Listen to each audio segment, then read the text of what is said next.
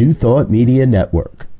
We are a global broadcast network of positive music, media, and entertainment, inspiring humanity's evolution along the journey of enlightenment and creating a world of love, peace, empowerment, and prosperity for all. New Thought Media Network. Positively inspiring.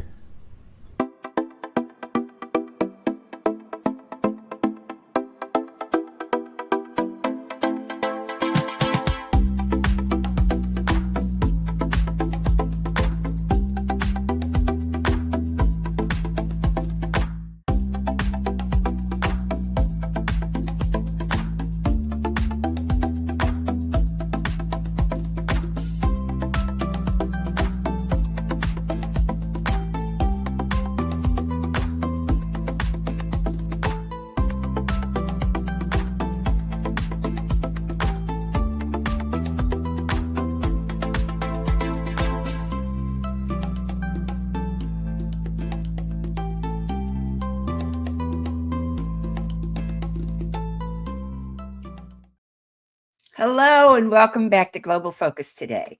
I am Reverend Dr. Sharri McMurray, your host, and this week's guest, who is returning from a previous visit, is practitioner Sheryl Cattell. But I want to tell you my three interesting things about her because I just love them. The first one, it tickles me because she lived in an ashram in a city in Virginia called Yogaville. Is that cool or what? I lived in Virginia for 5 years and never knew there was a Yogaville, so I'm tickled to hear about that. The second one was that she studied the tarot and used to give readings to herself and to loved ones until she realized that God's always talking to her. She didn't need the cards to hear the words. And the third one, this one makes me so envious. She worked for an American company for 4 years in Brussels, Belgium. Imagine walking the same streets that Agatha Christie used for Hercule Poirot. Wow. Please help me welcome Sheryl Cattell. Thank you so much for saying yes again. Oh, it's a delight. Dr. Sharri, just spending time with you, I would have just jumped at the chance. So thank you for having me back. I love it. So tell us about Yogaville, because the name tickles me because it just, you can't imagine somebody in India calling a town Yogaville. No, definitely it's an American thing. It's an American thing, but Virginia is not a place where I would have expected it to show up. No, me either. It's interesting. It actually started in Connecticut. The original ashram was purchased with funds that were provided by Carole King. So the Swami that was there was Swami Satchidananda, and he was actually the person who gave the opening blessing at Woodstock. So that's really the origins. They found that they were spending so much of their energy, time, and money trying to brave the winters in Connecticut that somebody had the great idea. I think it might have been Peter Max, suggested that they move south. So they were able to get a beautiful piece of property right on the St. James River. It's about an hour south of Charlottesville. And they built a traditional Hindu temple, if you can imagine. There's a lovely one here in Kansas City. Oh yeah, so it was in the shape of a lotus, which if you look at my my company logo, it is a lotus flower because they believe that, well, no, it is. The lotus is a representation that we can be in the world, meaning the muck and the gook that lotus flowers thrive in, and yet emerge as a perfect, beautiful specimen, not tainted by the yuckiness that it comes through. So they bought this beautiful piece of property, built a lotus flower on the river. So when you see it, it looks like the lotus is emerging from the water. It's just gorgeous, just gorgeous. And then the beautiful thing, I think the thing that attracted me to the teachings, which by the way were not in Yogaville, Swami Satchidananda used to do tours in Europe. So I saw him in Brussels, Belgium, probably 5 or 6 times. I took his Hatha yoga classes from his students. And it got into me that I wanted to become certified as a Hatha Yoga Pranayama instructor. Mm.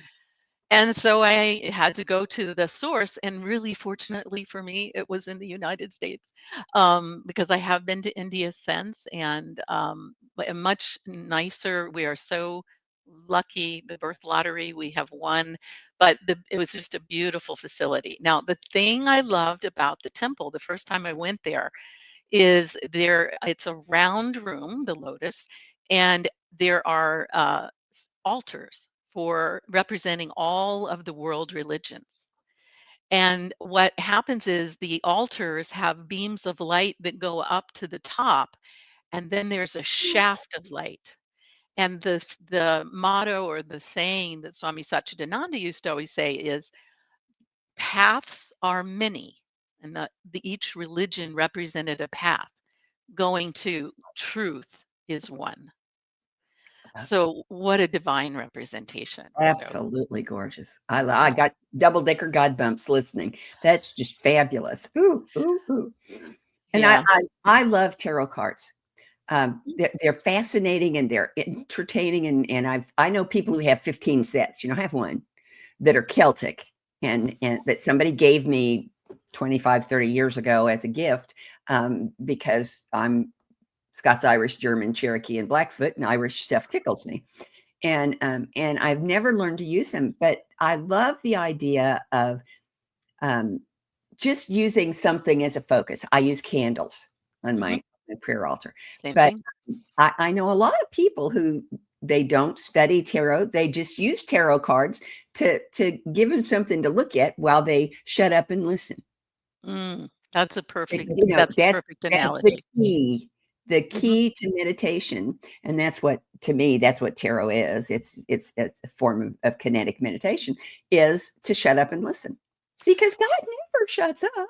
Right. It's so the messages are always there. What Messages I are love always there, but we don't listen. what I loved about tarot is the teacher, excuse me, the teacher I had really instilled upon me that tarot wasn't this magic message coming from God. It really was very much like reading, and I've read much of the Bible, the Bhagavad Gita. I've read the Science of Mind by Ernest Holmes, and what I found by the approach he suggested was read the tarot as if it were a book of higher thought. And so I thought, well, what does that mean? Well, so I started doing some research. What is the tarot deck? Where did it come from? And we believe that it's ancient as can be. Mhm. There's one story that says that the world and community, the religious and community leaders got together and had kind of a convention, and they wanted to write down what was the same in every single religion. So that was supposedly the origins of the tarot deck. And so what happened was no one could agree on what language it needed to be in. So, because how many interpretations, Yeah, right?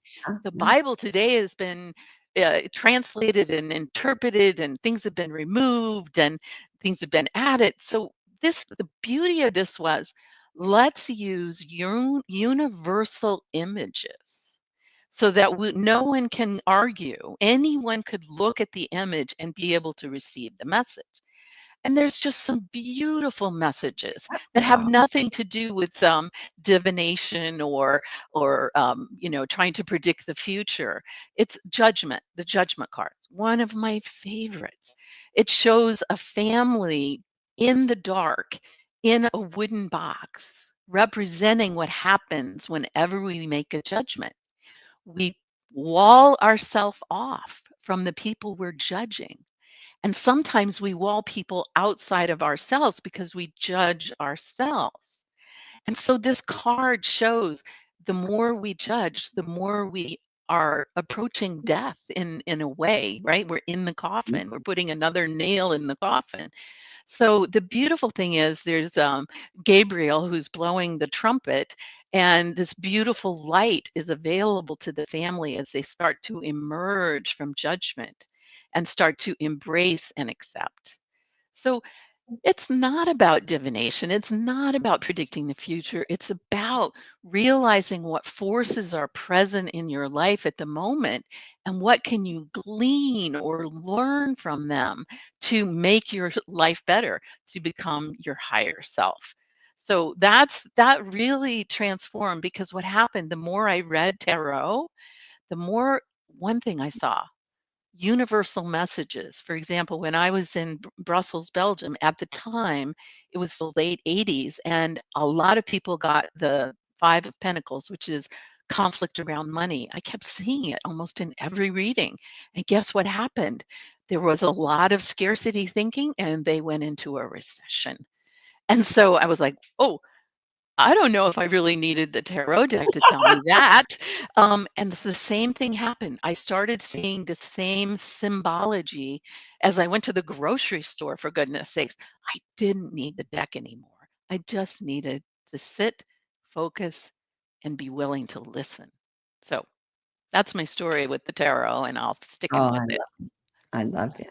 Okay, and how did you just happen to end up going from Yogaville, Virginia, to Brussels, Belgium? Opposite. The other I way. actually, it was the Okay, other so way. tell us this. What was the journey? That's what I should have asked.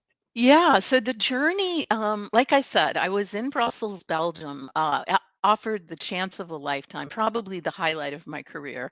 I was working for Dow Corning at the time, and they wanted to do leadership development and offered me an opportunity to work with an international team in Brussels. It was the skincare team. And I said, jumped at it. I was single and young, and I thought this would just be an amazing experience. And it was. What it did was it opened my mind to the things took for granted as an American, to things that just when I was questioned by my European colleagues, I would say, yeah, I don't know why we do it that way. I just assumed, it's that race consciousness, right? Mhm. We get into a thought pattern and we just assume, well, of course. And so this gave me the opportunity to get outside of my box. So like I said, I ran across a lecture that was being given by Swami Satchidananda. I started doing yoga, and I decided after 4 years, and also the government was saying you need to leave. That's what happens with expats is 4 or 5 years, they're like, okay, time for you to have trained someone so you can go back home. And so I decided to take the opportunity and the money that I had gotten as hardship pay and retire for a year. And what I did is I traveled and went to the places that I always said I wanted to go or wanted to do and never had the time. So I retired at the end of my assignment in Brussels and I went to Hawaii. I spent probably about 6 months in Hawaii studying with a shaman and just learning all about nature and getting in tune with the earth and amazing things. I spent a month in Yogaville, and that's where I became certified. And I spent a month in Findhorn, and Findhorn? You the, actually physically went to Findhorn? and Oh, met Eileen Caddy. absolutely I amazing. met the woman who was the founder of A woman Findhorn. in the chair? The woman in You the went to chair. her? Yes, I met her. So one of the things you do is you volunteer, and I got to, I was, what do you call it, grafting geraniums. And the best and most beautiful, it doesn't surprise me, geraniums were in back of Eileen Caddy's house, apartment, whatever. So I'm out there, and she comes out, and we just had this amazing connection. And of course, I happened to have her daily meditations book in my backpack, and she signed it for me. So, this magical, magical moment with this amazing spiritual leader. So that was my journey. Yeah. You didn't And so mention that. That would have been a good thing nobody knows about. yeah, Wow. Findhorn is magical. The fairies, I truly believe, Now I live close to Walt Disney World, and there's a different kind of fairies, but I truly felt the presence of fairies in Findhorn, and that's what they're Oh, famous for, yeah, is I know. connecting with I've read the all about it. I've just never been there. Oh, you have to go, Dr. Sherry. It's just amazing. You really need to Oh, go. I would oh, highly recommend it. So, when my year was up, I decided to go back to Yogaville, mainly because it was on the continent in the States. right. And I wasn't sure what I was going to do, but I felt called to go there. And I taught Hatha yoga, pranayama. They have a lot of retreats. Actually, I was on a 10-day silent retreat, fasting, drinking only liquids, and I met Gloria Steinem. I mean, just magical things happened all the time, and I just loved it.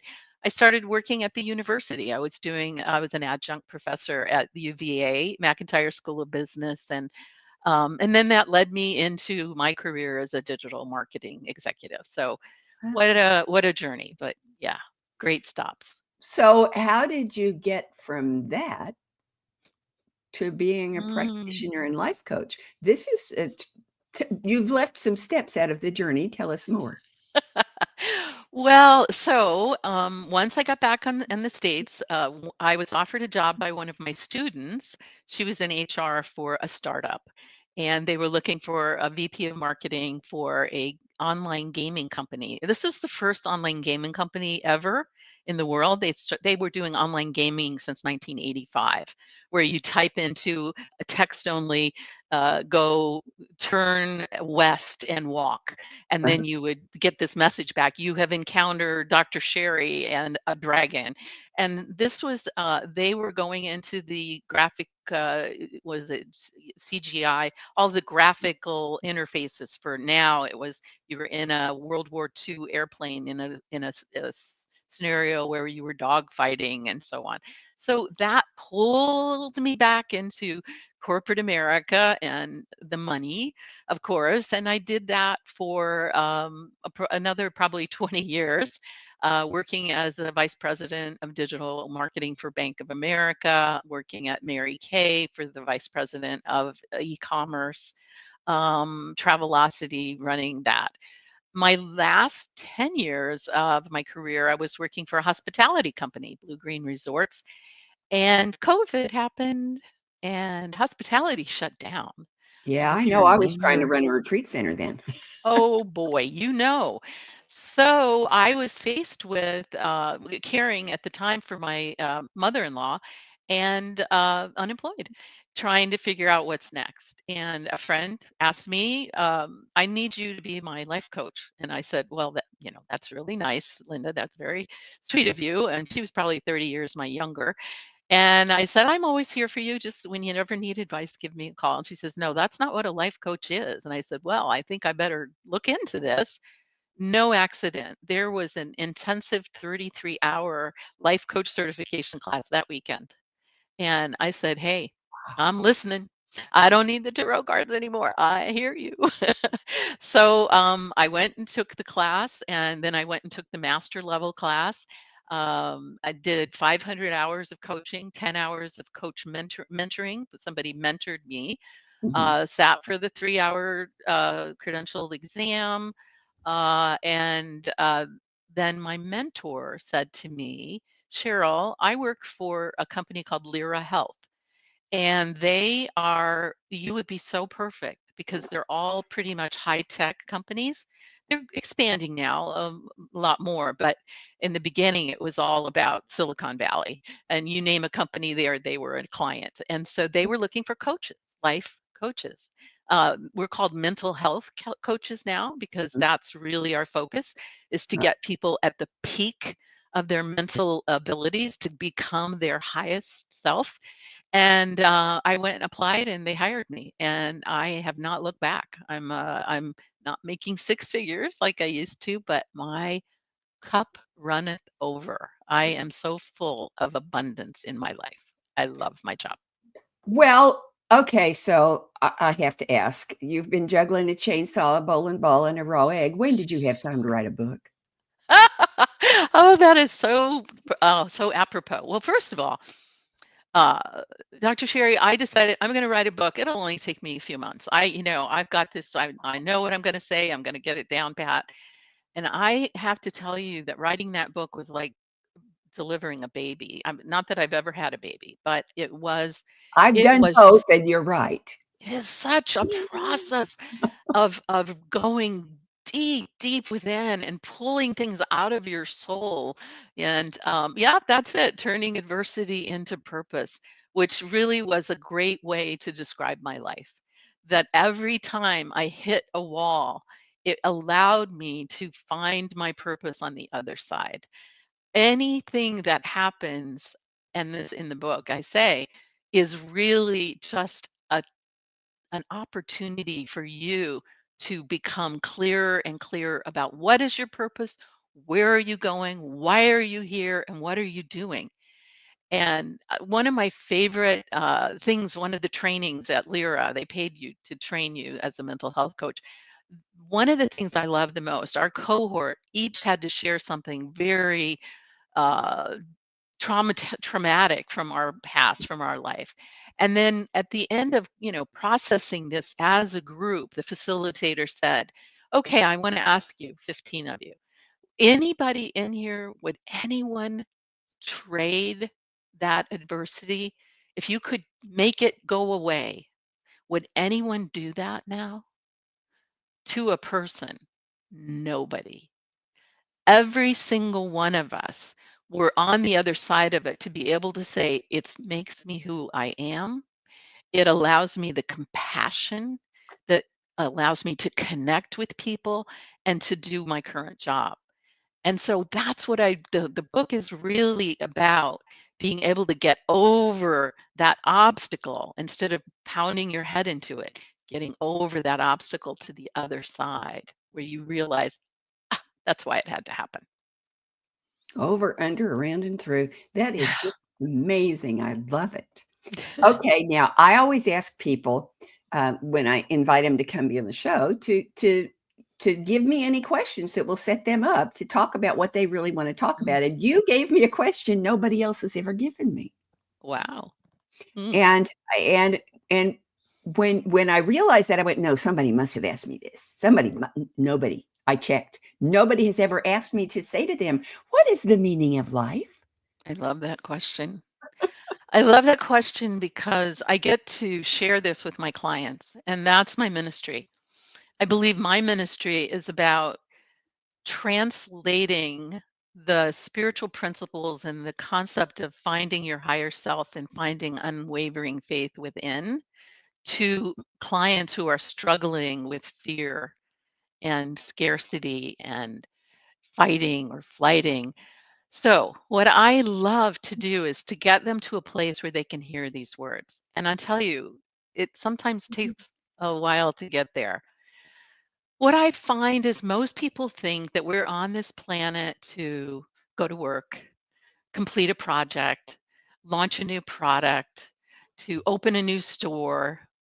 We think that we're here to have a family, to raise kids, to do the right thing. And so what happens is we kind of lose focus or lose sight of the real reason we're here.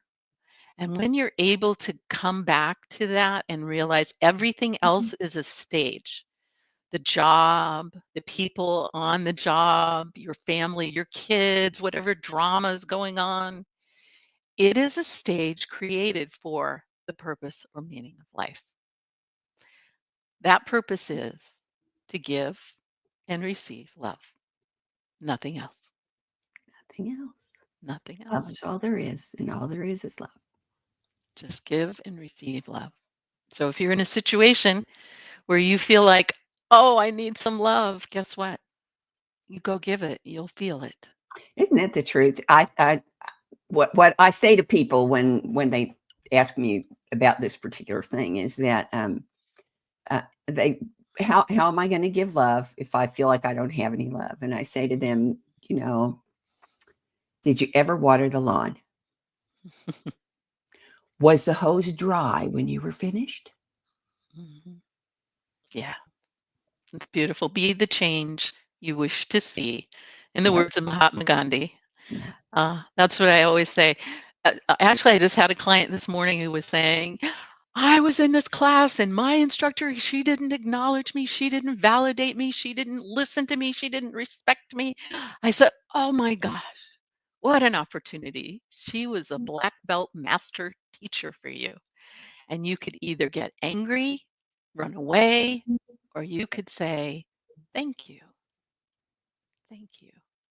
Let me give you some love. Let me give you some respect. Let me open up and feel what it is that I want to receive. Get wet. I love it. I love that analogy. Love it. So what's the hardest thing for most of you? I suspect that you don't have two clients that are the same. No. But I suspect also that they all have some things in common. Yeah. What's Yes. the big one? Fear. Fear is the number one driver of all negative emotions. We react differently to it. We all have a different coping mechanism that we've probably learned when we were 6 or 7. But the bottom line is, anytime I see a negative emotion and work through it, I can get to the fear that's driving that negative emotion. And so I think the number one thing I work with clients on is overcoming their fear, being able to stay in the present moment. And just saying that, you're like, yeah, mindfulness, all of that crap. But what I do is I try to give them an incentive. Okay. And what I explain to them is fear is coming from a very primitive part of our brain. It's the reptilian brain, right? The reptile brain that's been with us since the beginning. The lizard brain. The lizard brain. I love it. It's been with us since the beginning of time, and it is not very sophisticated. It is so primitive. What happens when we're operating in fear? That part of our brain, this is the brainstem, and here's the reptilian brain. The prefrontal cortex right here, that's where all the good stuff happens. That's where compassion, empathy, creativity, problem solving, that's where your higher self is, executive functions. When we trigger this part of our brain, it's like turning on a faucet. It's on or off. You don't just like turn it on a little bit. It floods your body with cortisol and adrenaline, which over time, again and again and again, breaks down our immunity. And it's the things that attack and make us unwell. There's a great book, Mind Over Medicine, written by Dr. Lisa Rankin, which goes into the physiology of this. The brain is releasing toxins that could save our life if it were a saber-toothed tiger. But when we release it for every argument we have with our spouse, or we release it with every person who cuts us off in traffic, we are completely flipping our lid. We cannot access the executive functions. And if we keep doing this, we're eventually, right? Think about when you get angry or when you get scared or you want to run away. Your heart is beating, your stomach is gurgling, you don't feel good. And those things turn into coronary heart disease, irritable bowel syndrome, ulcers. The thing that is causing those is right here. Yep. Actually, right here, the lizard brain. And so I incent them. Do you want to live longer? Then come with me on a journey to allow us to finally take that little child and the childish mechanisms we've developed over time to deal with things. Let's peel her fingers off of the steering wheel. Let's put her in the passenger seat and let the higher self drive the situation. Yep.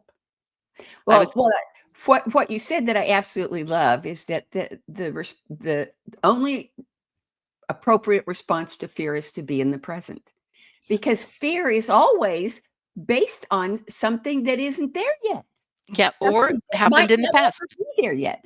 Or something in the past. Something happened but it's never right where you are. And I love that. That's because fear. I had a friend who used to say, um, I love acronyms, and making up acronyms is just like a Yeah. hobby, you know. And he used to say, fear is face everything and run. And I said, no, it's not. It's face everything and rise. Face Yeah. everything and rise. Yeah. Yeah. Say thing. I told my client this morning, I said, listen, the next time you feel that feeling and somebody says or does something that just pisses you off, this has got anger management issues. I say, just look at them honestly, open your heart and say, thank you. Thank you. I have an opportunity to become a master black belt and not have to take that. That's not mine. I always say that when you meet people who really push your buttons, everyone you meet is fighting a battle you don't know anything about. Yep. Be kind. Say thank you. Thank you for allowing me to not lose my peace.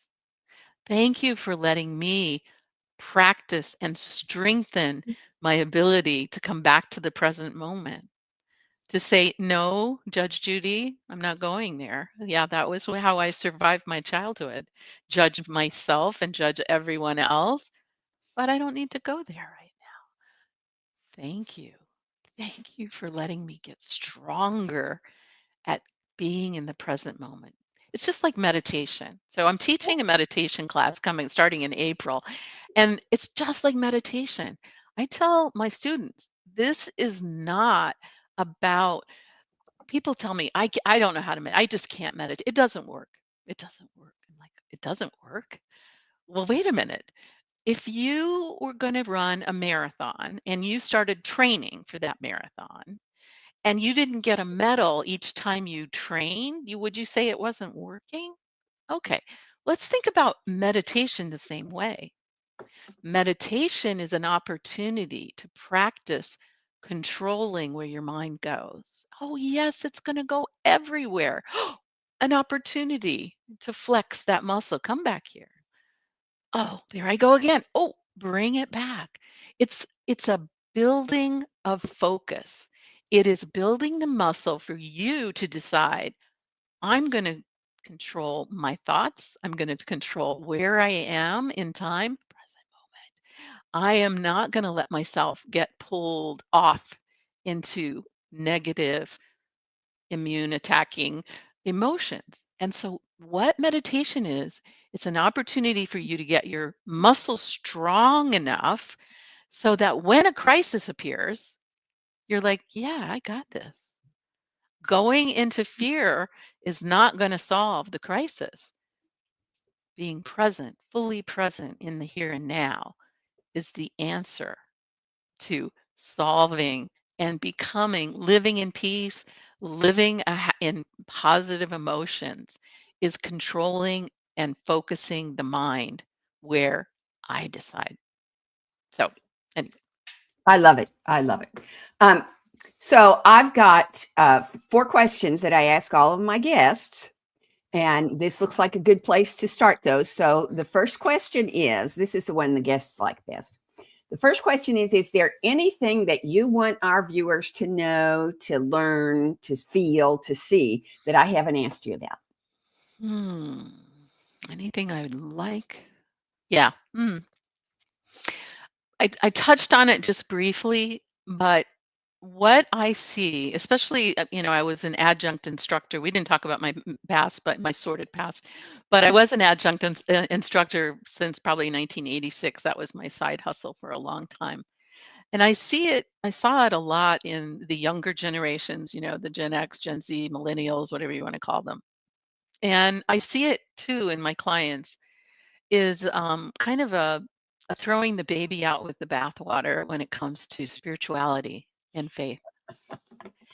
And what I believe and what I love every single listener to know is that the path to your highest and best self and highest and best experience is really through unwavering faith to not let any situation, any person dictate or determine how you're going to feel or how you're going to proceed, but to turn over to God or Allah or Christ or Buddha or Krishna, doesn't matter what the name is, but to know that there's a power for good in the universe and it's available for us to use.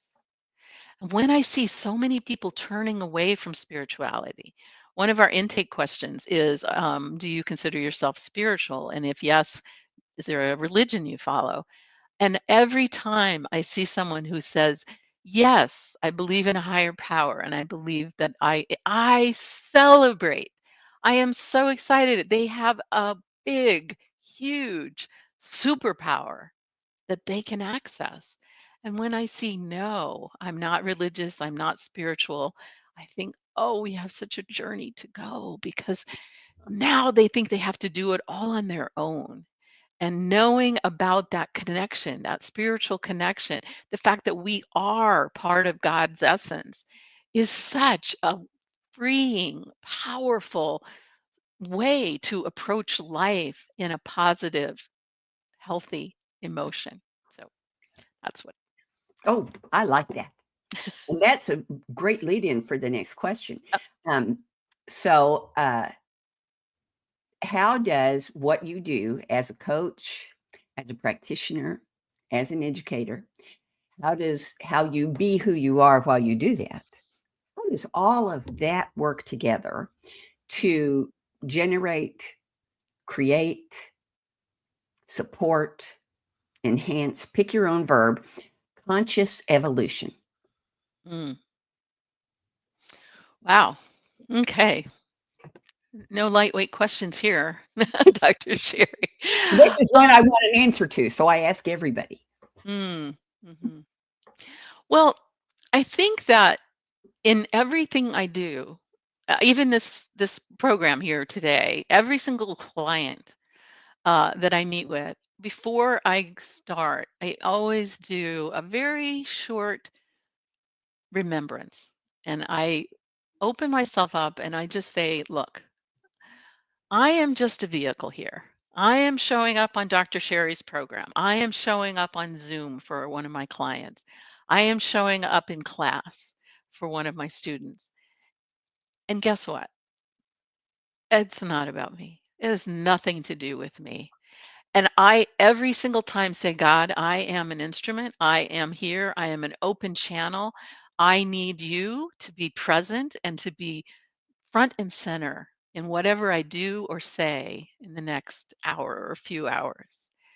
And I'll tell you what, it just gives me such a sense of relief. I'm able to like go, oh, whew, it's not me. I don't have to do anything. I just have to be here and listen and be the vehicle, to be the words, to deliver that message to whoever I'm with, whoever I'm in front of. My favorite comment is when a client, it's mostly clients, will say, it's really weird you would say that. That's what do you mean? Well, blah, blah, blah just happened. And what you just said indicates some knowledge about this, which is impossible for you to have. I said, no, it's not weird. It's not me. So spirit obviously wants you to hear this. So spirit is actually here for you to hear this. And I just happened to be the delivery vehicle. It wasn't me. Nothing weird going on here. One of my favorites, I have to share this little vignette. One of my favorites, I do a lot of visioning sessions. So it's an opportunity for the person to shut down the ego, right? To shut down and listen to what am I here for? So it's a great visioning process that was developed by Dr. Reverend Michael Beckwith at the Agape Center. But he was a religious science minister, and that's where he developed it. So we get to use it now. But I was working with a client, and I mean, there's no accidents, right? And in the session, she was saying, I see myself helping others, but I see myself helping others who are in urgent need. I see crisis intervention. And you know what happened? There was one of those alerts. She was in California. I was here in Florida. And you know those alerts that go off on your phone where everybody's phone lights up and it says this is an emergency broadcast? Nationally, it happened at that moment. And she says, yeah, I got it. I got it. Okay. But I mean, those moments are what remind me that God is always present. Yeah. And so therefore, that's my job. That's all I do. Show up and be a vessel. And that's the best moments of my life and my practice. Cool beans. Okay, now the next question sounds very similar, but it's not the same question. Okay. How does what you do and how you do it and how you be who you are while you do it, how does all of that encourage, reveal, support, expand, pick your own verb, world peace? Mm. Wow. Well, I do believe that peace starts with each of us individually. That I think that is right. If everybody in the world were thinking peaceful thoughts, then I think the world would be a more peaceful place. So it does start at home. So peace starts at home. The more of my life that I can spend in peace and harmony, in positive emotions, gives a role model, I think, for the people I come in contact with who can say, wow, I want what she's having, only not the Harry met Sally type, but that I love by it. I know. By our role model, by what we are and who we are when we show up in the world, gives other people the permission to not buy into scarcity or crisis thinking, and then they can then become role models and so on and so forth. So I think the best thing that I can do is be the peace I want to see and to give permission and to give a role model for others to do that. I also think that reaching out to younger people, which is why I love teaching university, I just stopped teaching at Florida Atlantic University and I just started I made a move from South Florida, Boca area, up to Orlando. And I've just started getting involved with the University of Tampa. And I think that's my opportunity to, again, to be a role model to those who are going to be here a little bit longer than me, and that to get them started on the right track of thinking about. And I tell them all, hey, we're not here for you to get a six-figure job and to launch the next TikTok. We're really here to give and receive love. And if that happens to be the next TikTok, it's because we did a really good job at our real purpose, which is giving and receiving love. So Cool. Okay, here's the last one, and this one is the most fun. You have to close your eyes because you're going to use your imagination. All right, so we are going to be operating under the assumption that everything, every event, every encounter, every relationship, every experience, everything that happens for the next 10 years goes exactly the way you want it to go. Under that scenario, what does Sheryl Cattell RScP look like 10 years from now? wow. Hmm. Hmm. I think I'm doing more outreach.